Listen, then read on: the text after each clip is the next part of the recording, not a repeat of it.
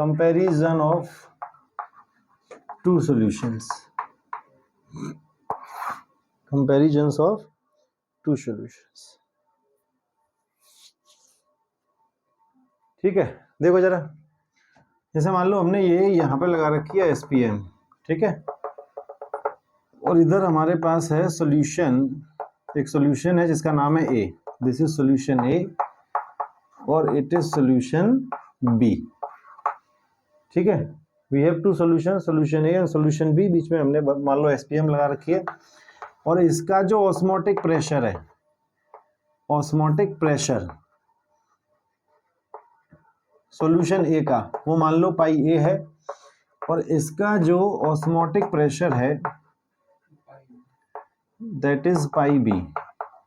ठीक, if pi A greater than pi B, ध्यान रखना, दो सॉल्यूशन है, बीच में SPM लगा ली, इस वाले का ऑस्मोटिक प्रेशर पाई A है, इस वाले का पाई B है, तो जिसका ऑस्मोटिक प्रेशर ज्यादा है उस सॉल्यूशन को हम लोग नाम देंगे हाइपरटोनिक सॉल्यूशन, और जिसका ऑस्मोटिक प्रेशर कम है वो क्या हो जाएगा, हाइपोटोनिक सॉल्यूशन। ठीक है, तो हम डेफिनेशन लिखने जा रहे हैं हाइपरटोनिक और हाइपोटोनिक की, तो क्या लिखेंगे, a solution which has higher osmotic pressure than the other solution then it is called hypertonic solution, और a solution which has lower osmotic pressure than the other solution then it is called hypotonic solution. और by chance अगर इन दोनों solution का osmotic pressure same हो जाए then we call them isotonic solutions. क्या कहेंगे, आइसोटोनिक सॉल्यूशंस। ठीक है, पक्का। अच्छा, एक और बात है, क्योंकि पाई डायरेक्टली प्रोपोर्शनल टू सी है, तो इसका मतलब अगर इसका ए वाले का ऑस्मोटिक प्रेशर ज्यादा है तो ए वाले का कॉन्सेंट्रेशन भी तो ज्यादा होगा, होगा कि नहीं होगा, कॉन्सेंट्रेशन भी ज्यादा होगा। ठीक है, पहले यहां तक नोट करो और उसके बाद हेडिंग डाल दीजिए hypertonic solution. Hypertonic solution, hypertonic में लिखिए a solution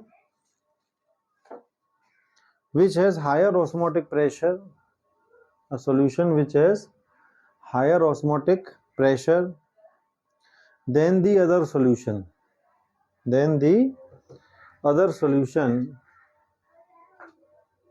is called hypertonic solution।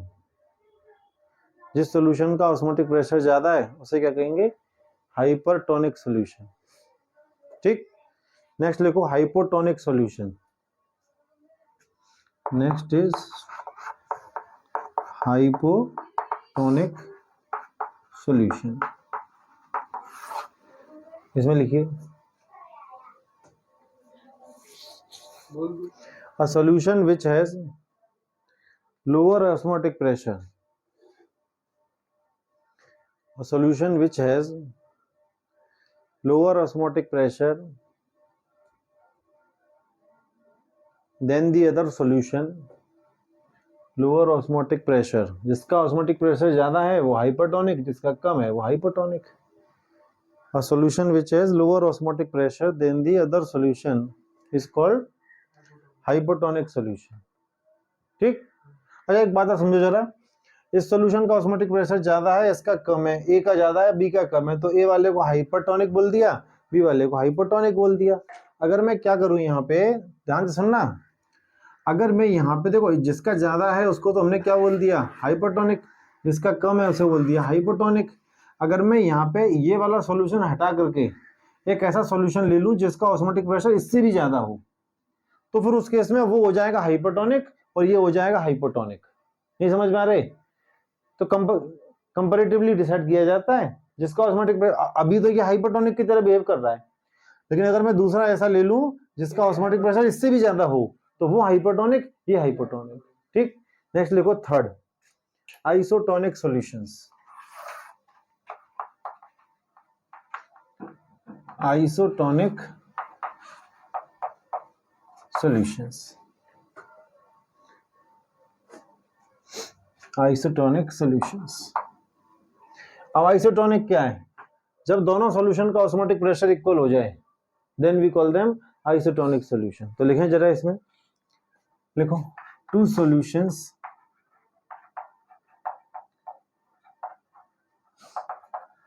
which have same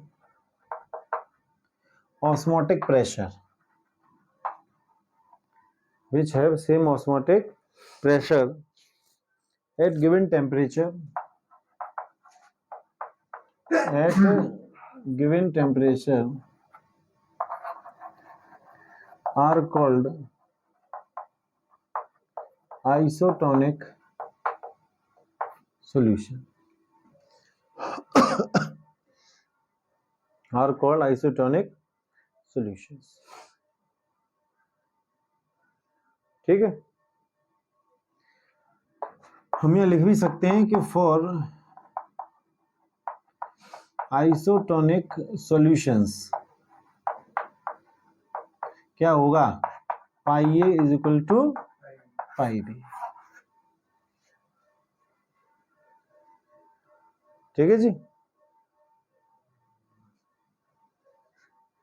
pi A is equal to pi B. अच्छा एक बात बताओ जरा, जैसे इधर एक सॉल्यूशन ए है, इधर एक सॉल्यूशन बी है, बीच में मान लो हमने लगा रखा है SPM, this is what, this is SPM, और दोनों सॉल्यूशंस, एक सॉल्यूशन इधर भरा हुआ है, एक सॉल्यूशन इधर भरा हुआ है, दोनों का ऑस्मोटिक प्रेशर सेम है, दोनों का कॉन्सेंट्रेशन सेम है। जब ऑस्मोटिक प्रेशर सेम है तो कॉन्सेंट्रेशन तो सेम होगा ही, क्योंकि पाई डायरेक्टली प्रोपोर्शनल टू सी है। तो एक बात बताओ क्या होगा, क्या यहाँ ऑस्मोसिस होगा या नहीं होगा? दोनों का कॉन्सेंट्रेशन बराबर है, दोनों का ऑस्मोटिक प्रेशर बराबर है, तो क्या तो यहाँ पे ऑस्मोसिस होगा या नहीं होगा, क्या लगता है? देखो जैसे कि मान लो अगर हमने किशमिश ले लिया, किशमिश को डाल दिया हमने चाशनी के अंदर, तो किशमिश के अंदर का लिक्विड तो बहुत पतला है, बहुत डाइल्यूट है, और बाहर वाला सॉल्यूशन बहुत कॉन्सेंट्रेटेड है। जो चाशनी हमने बनाई है चीनी की वो बहुत ही कॉन्सेंट्रेटेड है। तो क्या होगा, जो वाटर है वो अंदर से निकल के बाहर भाग जाएगा, ग्रेप्स के अंदर से निकल के बाहर चाशनी में चला जाएगा, grapes will shrink and they will change into, वो किशमिश बन जाएगा बाद में जाके। तो वाटर कहाँ से काम मूव कर रहा है, डाइल्यूट सॉल्यूशन से कॉन्सेंट्रेट सॉल्यूशन की तरफ। अब उल्टा सोच लो, जैसा कि मान लो हमारे पास एक किशमिश है, हमने उसको डाल दिया पानी के अंदर, किशमिश का जो अंदर का लिक्विड है वो बहुत ही कॉन्सेंट्रेटेड होगा, बोलो, और बाहर पानी है, वो कैसा होगा, पतला होगा। तो अब क्या होगा, बाहर से वाटर किशमिश के अंदर एंटर कर जाएगा, क्योंकि वाटर का तो नेचर ही है डाइल्यूट सॉल्यूशन से कॉन्सेंट्रेट की तरफ जाना। तो वाटर जो है वो कहाँ चला जाएगा, किशमिश के अंदर, और दैट विल स्वेल अप। लेकिन यहाँ दोनों की कॉन्सेंट्रेशन सेम है, तो क्या यहाँ ऑस्मोसिस होगा? देखो पॉइंट ये है कि वाटर पार्टिकल इधर से इधर जाएंगे, बिकॉज बीच में एसपीएम लगी है, और एसपीएम क्या है, एसपीएम एक ऐसी मेम्ब्रेन है which allow solvent particles to flow, जो सॉल्वेंट पार्टिकल को इधर से उधर आने जाने देती है। तो वाटर पार्टिकल इधर से उधर भी जाएंगे और इधर से इधर भी आएंगे, लेकिन जितने वाटर पार्टिकल इधर से आएंगे उतने इधर आ जाएंगे। तो net movement of water particle will be zero. तो ऑस्मोसिस तो होगा। आप ये सोचो कि भाई दोनों का ऑस्मोटिक प्रेशर सेम है, दोनों की कॉन्सेंट्रेशन सेम है, बीच में एसपीएम है, तो क्योंकि कॉन्सेंट्रेशन सेम है तो ऑस्मोसिस होगा? नहीं, नहीं, ऑस्मोसिस तो होगा। तो ऑस्मोसिस, जितने वाटर पार्टिकल इधर से इधर जाएंगे उतने इधर आ जाएंगे। तो net movement of solvent particles वो कितना होगा, जीरो। जितने इधर गए वो कितना हो जाएगा, जीरो। समझ में आ रहा? तो लिखो जरा, ये यहाँ पे फॉर्मूला लिख दिया, pi A is equal to pi B. इसके आगे लिखिए, इसके आगे लिखिए, in this solution osmosis takes place. Osmosis तो होगा, osmosis takes place, but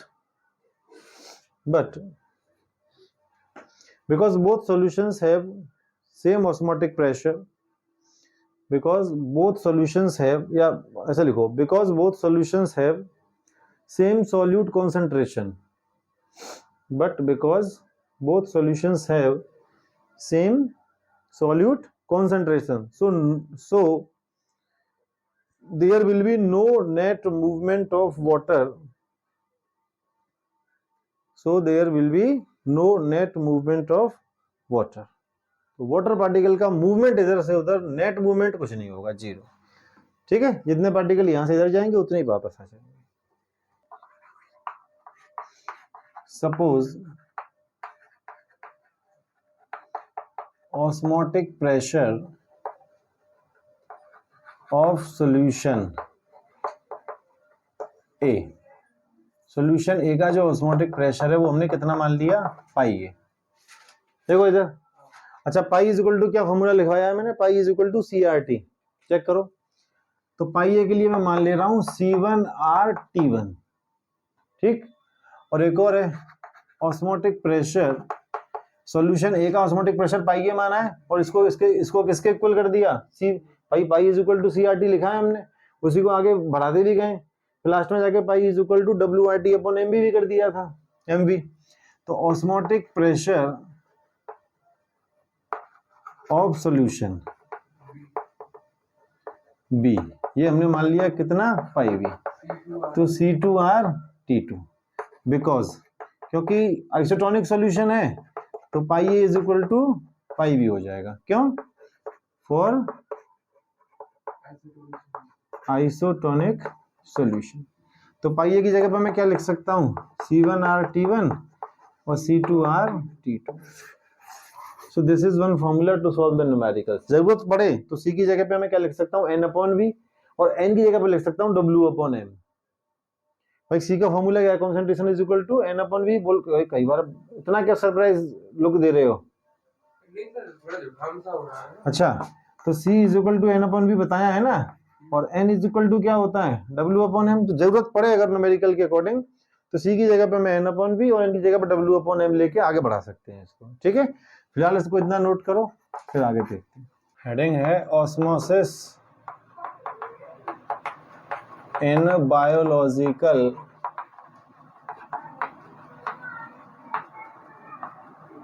phenomena, osmosis in biological phenomena, ठीक है। देखो ऐसा होता है, जो हमारी ब्लड सेल्स होती है ना, देखो जरा इधर, जैसे कि suppose this is our blood cells, तो जो हमारी ब्लड सेल्स होती हैं इनके अंदर जो सॉल्ट होता है वो 0.9% होता है, 0.9% सॉल्ट इनके अंदर होता है, ठीक है। अब अगर मैं क्या कर रहा हूं कि मेरे पास यहाँ पे वाटर है, दिस इज वाटर, और इस वाटर में भी सॉल्ट पड़ा हुआ है, कितना पड़ा हुआ है, 0.9%। वाटर है, वाटर में NaCl पड़ा हुआ है, मान लो नमक पड़ा हुआ है, और कितना पड़ा हुआ है, 0.9%। और मैं जो हमारी ब्लड सेल है, this is what, this is our blood cells. तो हमारे बॉडी के अंदर जो ब्लड सेल्स होती हैं RBC वगैरह, उनमें कितना परसेंट सॉल्ट होता है अंदर, 0.9%। अगर मैं ब्लड सेल को उठा के इसके अंदर डाल दूं, ब्लड सेल को उठा के कहाँ डाल दिया, उस वाटर के अंदर, जिस वाटर में कितना परसेंट सॉल्ट है, 0.9%। अब ब्लड सेल के अंदर भी 0.9% सॉल्ट है, और बाहर भी वाटर में कितना है, 0.9% सॉल्ट है। तो यहाँ पे क्या होगा, यहाँ पे क्या होगा कि बाहर और अंदर दोनों का सॉल्यूशन की कॉन्सेंट्रेशन बराबर है, बोलो। तो जितना वाटर यहाँ से अंदर से बाहर जाएगा उतना ही वाटर बाहर से अंदर भी आ जाएगा। तो ऑस्मोसिस तो होगा, लेकिन जितना वाटर इधर जाएगा उतना ही बाहर से अंदर आ जाएगा। तो net movement of water particle will be 0, ठीक है। तो यहाँ पे क्या होगा, जो हमारी ब्लड सेल है, blood cell will neither shrink nor swell up. तो पॉइंट ये है कि हमारी ब्लड सेल के अंदर जो सॉल्ट है वो कितना परसेंट है, 0.9%। अगर हमने अपनी ब्लड सेल को ऐसे वाटर में डाल दिया जिसके अंदर, वो जिस वाटर के अंदर भी सॉल्ट कितना है, 0.9%, तो दोनों सॉल्यूशन कैसे हो गए, आइसोटोनिक, सेम कॉन्सेंट्रेशन वाले हो गए। उस केस में जितना वाटर पार्टिकल यहाँ से बाहर जाएगा उतना ही यहाँ से अंदर जाएगा। तो जो सेल है वो ना श्रिंक होगी ना ही वो स्वेल करेगी, ठीक। अब दूसरा केस देखते हैं। और सेकंड केस इज दैट कि यहाँ पे this is filled up with the water containing more than 0.9% salt. जो वाटर है उसमें सॉल्ट कितना पड़ा है, 0.9% से ज्यादा है। अब अंदर हमने क्या डाल दी, ब्लड सेल, और ब्लड सेल के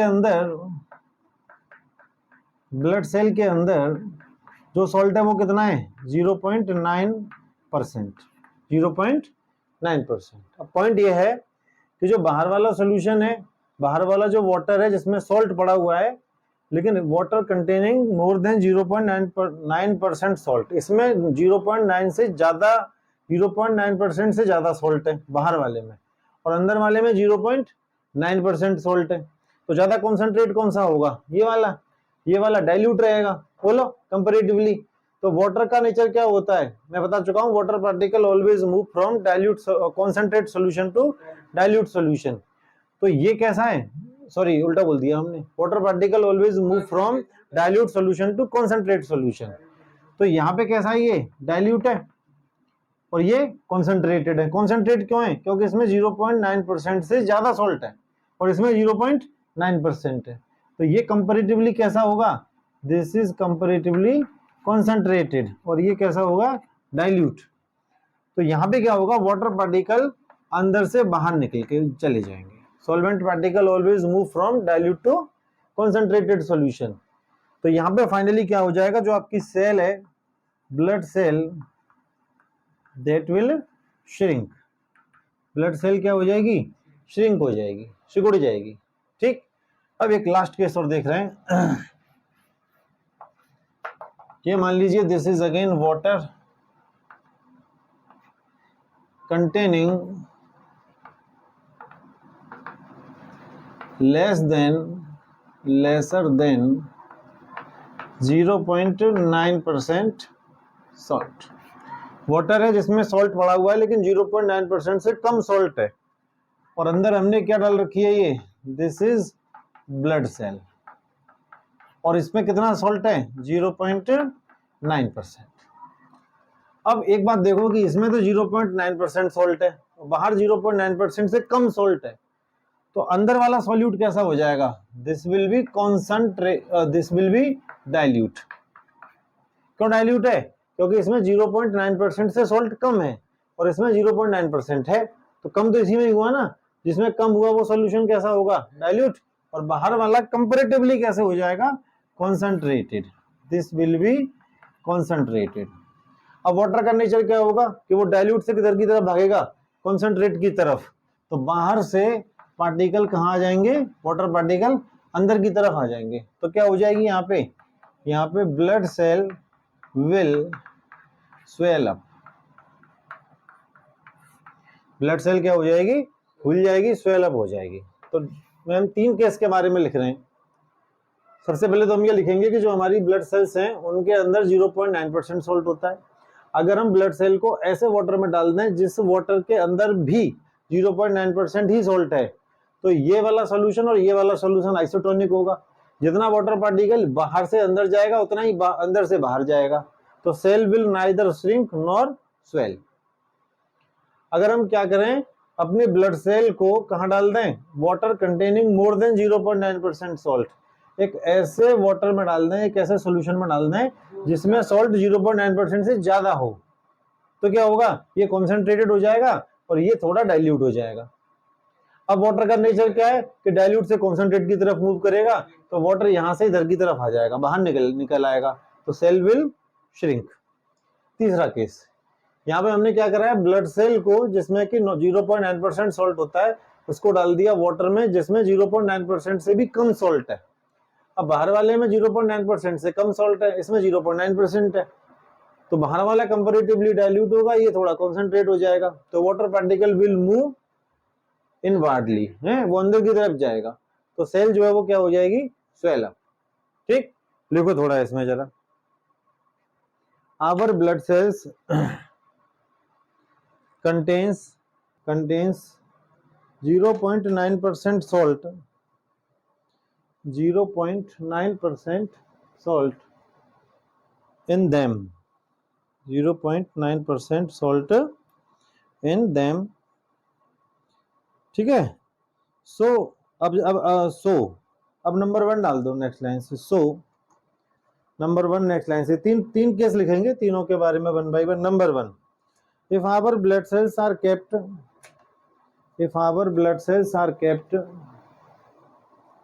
in water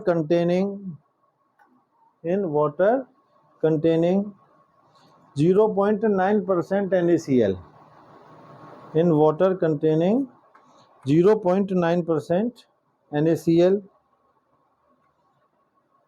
कॉमा क्या होगा साहब, सेल को कुछ नहीं होगा, ना श्रिंक होगी ना ही स्वेल होगी। क्यों? क्योंकि दोनों सॉल्यूशन आइसोटोनिक है। तो क्या लिखा, comma nothing will happen to our blood cells, nothing will happen to our blood cells because both fluid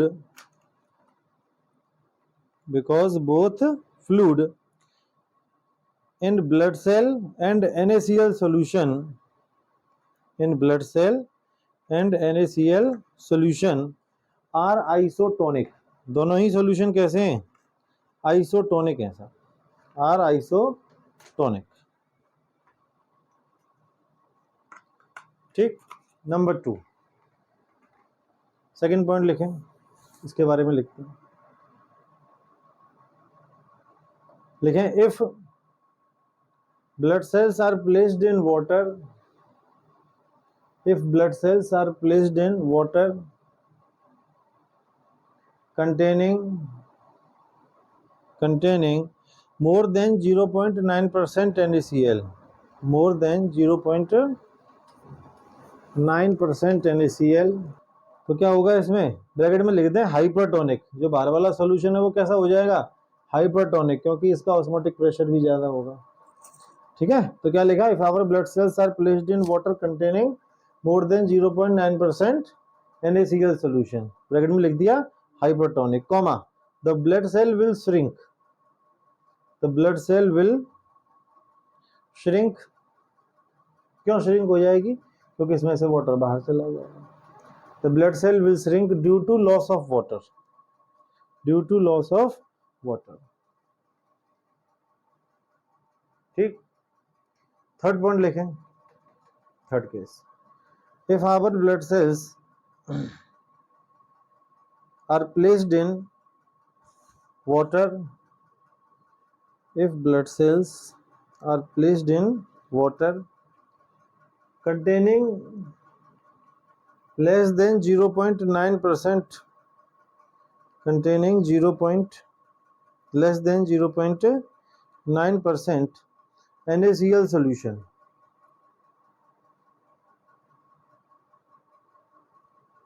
bracket में लिख देना हाइपोटोनिक सॉल्यूशन। हाइपोटोनिक क्यों है, क्योंकि इसकी कंसंट्रेशन कम है, इसकी ज्यादा है, अभी इसका ऑस्मोटिक प्रेशर भी कम होगा, इसका ज्यादा होगा। ब्रैकेट में लिख देना hypotonic, comma the blood cell will shrink, एक second, comma the blood cell will absorb, comma the blood cell will absorb water, जो ब्लड सेल है वो वाटर एब्जॉर्ब कर लेगी एंड बस्ट, हाँ वाटर को एब्जॉर्ब करने के बाद क्या लिखा, blood cell will absorb water, comma swell up and burst, पहले स्वेल अप हो जाएगी फिर अल्टीमेटली बस्ट हो जाएगी, comma swell up and bast ultimately. ठीक है, देखो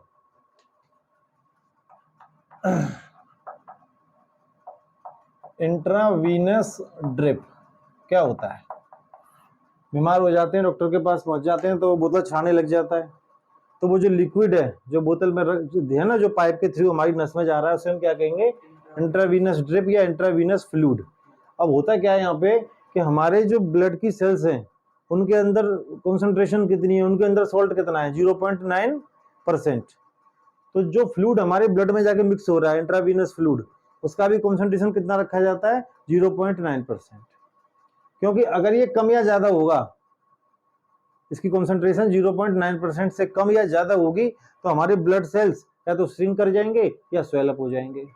ठीक है, तो हम ये चाहते हैं कि जो भी लिक्विड हमारे अंदर जा रहा है, हमारे वीन में जा रहा है, वो कैसा होना चाहिए, it should be isotonic with our blood cells. नहीं समझ में आ रहे?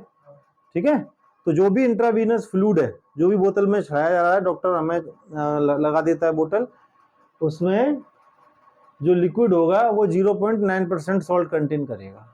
ठीक। तो एक नोट डाल के लिख दें, this is the reason Y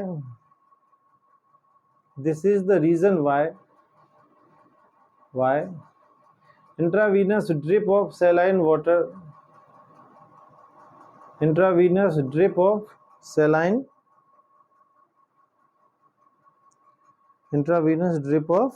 water has 0.91% NaCl in it. Has 0.91% NaCl in it. Which is isotonic to human blood.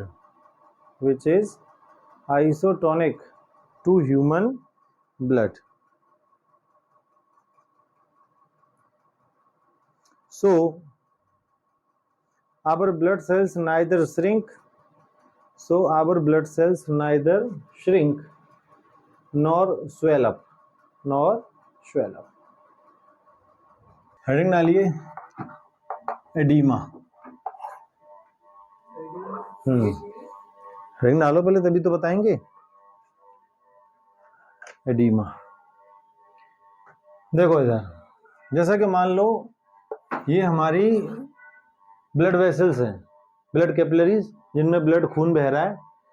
अब ये यहाँ पर बीच बीच में क्या है, these are our blood cells, ठीक है। और ये ब्लड सेल्स के आसपास का लिक्विड है, this is the liquid around the blood sales. अब होता क्या है कि जब हम बहुत ज्यादा नमक वाला खाना खा लेंगे, ध्यान से सुनना, if we take excess of salt in our food, तो क्या होगा, जो एक्स्ट्रा सॉल्ट आ गया है ना, वो आकर के इसमें मिक्स हो जाएगा। किसमें मिक्स हो जाएगा, जो ब्लड सेल्स के आसपास में जो लिक्विड है उसमें क्या आ जाएगा, जो एक्स्ट्रा सॉल्ट जो हमने खाया है, that will come in liquid around the blood cells. ये क्या है, दीज आर ब्लड सेल्स, और इसमें आकर के मिक्स हो जाएगा आपका जो एक्स्ट्रा सॉल्ट है इसमें आसपास। तो जब ये ज्यादा हो जाएगा तो क्या होगा कि जो बाहर वाला लिक्विड है वो ज्यादा कॉन्सेंट्रेटेड हो जाएगा, उसमें एक्स्ट्रा सॉल्ट आके मिक्स हो गया है। और जो अंदर जो लिक्विड है वो तो फिक्स है, 0.9% ही उनकी तो कॉन्सेंट्रेशन है, उसके सेल के अंदर तो 0.9% ही क्या है, सॉल्ट है। अब ये तो 0.9% है अंदर, और बाहर हो गया ज्यादा कॉन्सेंट्रेटेड, हाईली कॉन्सेंट्रेटेड हो गया। तो अब क्या होगा, अब जो लिक्विड है वो अंदर से बाहर की तरफ आ जाएगा।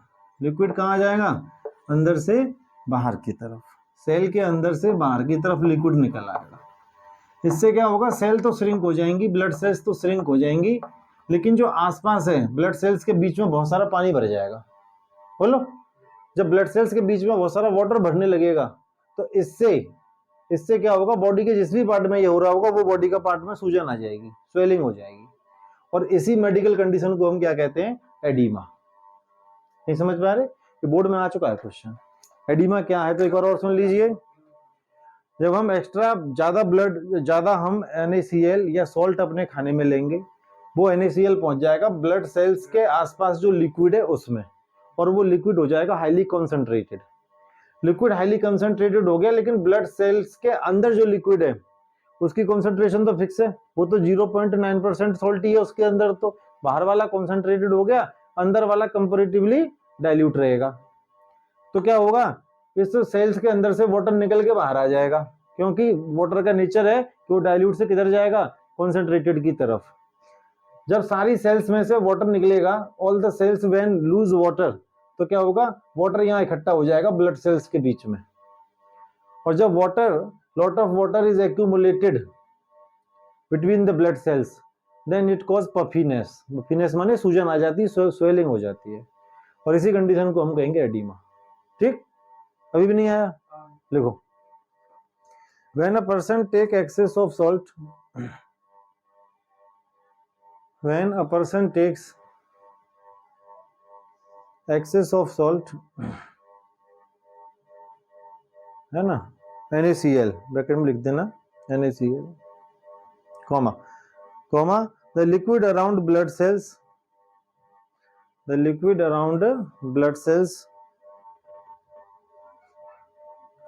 cells becomes highly concentrated the liquid around blood cells becomes highly concentrated. Bracket में लिख दें हाइपरटोनिक, इसकी कॉन्सेंट्रेशन ज्यादा है वो क्या हो जाएगा, हाइपरटोनिक. ब्रैकेट में लिख दें hypertonic. So blood cells loose water, so blood cells lose water. It leads to accumulation of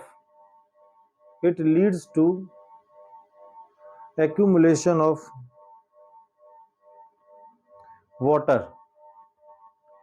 It leads to accumulation of water in the gaps of the blood cells, yeah, between the blood cells, in the gaps of the blood cells.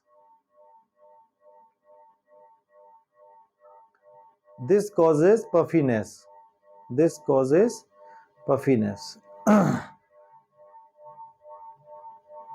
P-U-F-F-I-N-E-S-S. Puffiness in tissues. This is called edema.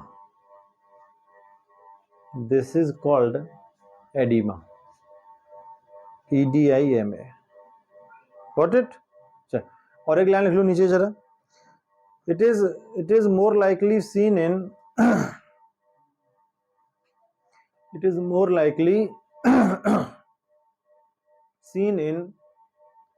legs and feet.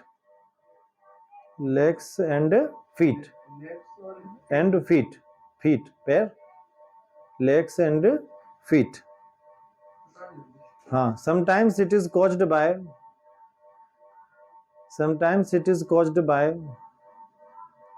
medicines and pregnancy. Sometimes it is caused by medicines and pregnancy.